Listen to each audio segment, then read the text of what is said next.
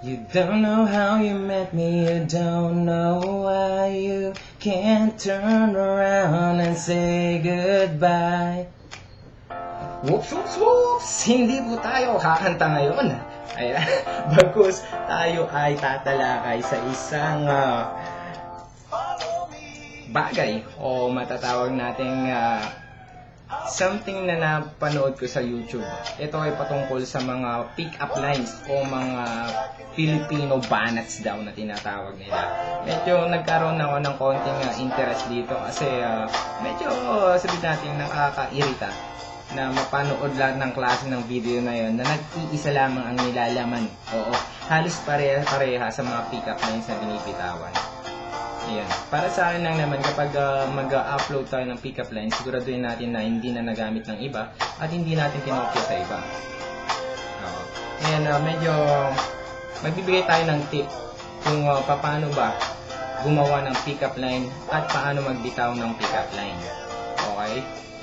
Yan, sa paggawa ng pick-up lines, so, kailangan medyo malikot-likot ang utak natin at medyo malawak ang pag-iisip natin pagdating sa paggawa ng pick-up lines na yan. Okay? Dahil lahat ng mga bagay na nakikita mo sa paligid mo ay pwede mong gawing subject kapag gumawa ka ng pick-up lines. Kailangan marunong kang mag-impromptu. Oo. At kailangan wala kang script na sinusundan or ginagaya. Hindi mo kailangan ng ballpen at ng papel para lang gumawa ng script. Balik nila yung mga ganyan. Kasi kapag ganun, medyo nag-iisip ka pa ng malalim para lang makagawa ng pick-up line. Okay? Lumalabas na hindi ka sincero sa mga sinasabi mo at binibitaw mo mga pick-up lines. Okay? Yan, magbibigay po tayo ng sample ng mga pick-up lines na wala pang sino mang nakakagamit ng mga pick-up lines na to dahil ito ay nanggaling sa nag-iisang magneto. Oo, ako po yun, si DJ Nutcracker, ang nag-iisang magneto, nag-iisa at nag-iisa lang at ako lang yun.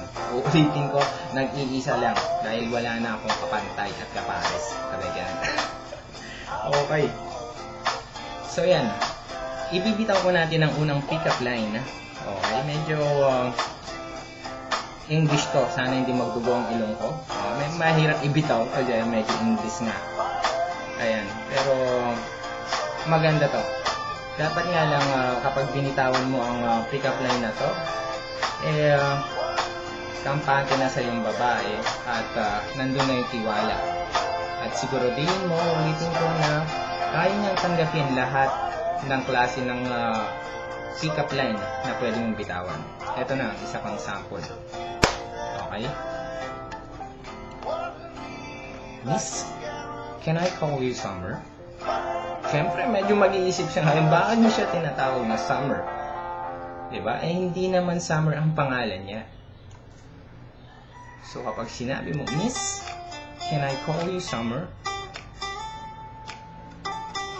Because you're so hot kasi. Iyon, diba? So, siguraduhin mo na maganda yung pagkakabitaw mo. Ulitin ko, nasa tamang pagkakataon para bitawan mo yung pick-up line na yan. Kasi kung wala sa timing at walang tiwala sa babae, medyo lalabas na medyo bastos ang pagbitaw mo ng pick-up line. Okay? Meron din tayong mga pick-up line na pwedeng gamitin ang mga bagay-bagay na sa tingin na ng babae sa una, hindi naman ganun kanais-nais na pakinggan. Kagaya nito. Alam mo, para kang virus. Unti-unti mo kasi sinasakop ang sistema ko. O, diba? Pag sinabi mong virus, syempre muna niyang iisipin, ano ba? Pangit ba ugali ko? O hindi ba ako maganda? Yan ba? Pero pag bandang huli, ma-realize niya na kaya mo pala sinasabi yun kasi medyo nahuhulog ka na sa kanya at talagang in na siya sa puso mo. Ayan. Tapos ito pa yung isang pick-up line na sabihin kong risky ulit kapag binitawan mo at siguraduhin mo na mayroon na siyang tiwala sa'yo. Miss, Malungkot ka ba? Baka kasi mahulog ako sa'yo eh. Okay? Di ba? Mga ganun-ganung banat. Simpleng-simple at napakaisi. Pero epektibo pagdating sa pagkuha ng atensyon ng isang babae. Medyo mapapangiti siya o kaya mapapatawa mo kapag tama ang timing mo. At meron din tayong mga pick-up lines na tinatawag kung saan kailangan mong maging isang actor. Oo. Pwede kang maging artista sa pagkakataon na to dahil kailangan mong mag-emote ng content. Kagaya nito. Miss, alam mo, medyo nagugulan ako ngayon eh. Kasi, wala pa naman ako naibabangko sa'yo. Pero, feeling ko, nagkaka-interest na ako sa'yo. Ayun. So, nasa bandang huli pa rin ang banat pagdating sa mga pick-up lines talaga. Unang-una, kailangan kukunin mo yung attention niya. Oo, pwede kang magdrama ng konti para medyo maging seryoso sa pakikinig sa'yo at bibigyan ka niya talaga ng pansin. Pagtutuunan ka ng pansin. Oo. At ito naman ang pwede mong gamitin na pick-up line pagdating sa mga ibang lugar. Oo. Kahit sa anong okasyon, pwedeng birthday. Ayan, pwedeng kasalang, binyagan at kahit na paanong klase ng chibugan, pato ang pick-up line na to. Okay? Pwede mong magamit talaga to pagdating sa mga ganyang okasyon. At ito na ang pick-up line kung saan makukuha mo ang atensyon at interest ng isang babae kapag magaling kang bumitaw ng pick-up line. Ito na. Miss, taga rito ka ba? Kasi parang kabisado mo lahat ng daan dito eh. Kaya naman, ang bilis mong nakarating sa puso ko. Oh, di ba? Napakasimple. Oo. Unang-una kinuha mo ang kanyang atensyon. Dahil akala niya nagtatanong ka lang, gusto mo kumuha ng impormasyon tungkol sa lugar na yon. Pero ang totoo niyan, nagtatanong ka para lang malaman niya na meron kang gustong iparating sa kanya. Okay? So yan yung mga pick-up lines na pwede mong gamitin. At yan ay talagang sinasabi ko nga pwede sa lahat ng okasyon para makilala mo ang mga chika bebes. Okay? Ito naman ang isa sa mga pick-up lines na ito mas effective pagdating sa chatting sa Yahoo Chat. Pwede mong rin gamitin to sa face-to-face na pakipag-usap sa babae, pero ulitin ko, siguraduhin mo na may tiwala na siya sa'yo at kampante na siya sa'yo. Ito naman ang pick-up line kung paano kumuha ng number ng hindi naman ganun na ka-obvious o para medyo mabigyan mo rin siya ng tuwa at biglang makuha yung attention niya sa pagkuha mo ng number. Hindi yung pangkaraniwan na pagkuha ng number sa isang babae na masyado ang diretsahan. Ito, medyo magiging presko ang dating mo dito kahit hindi ka naman naligo kapag mali ang timing mo na naman at mali ang pagkakataon kung saan mo binitawan talaga ang pick-up line na to. Ito ang pick-up line para sa pagkuha ng cellphone number. Miss, gusto mo kunin ang number ko? Baka kasi pag ako nanghingi ng number mo, hindi mo ibigay.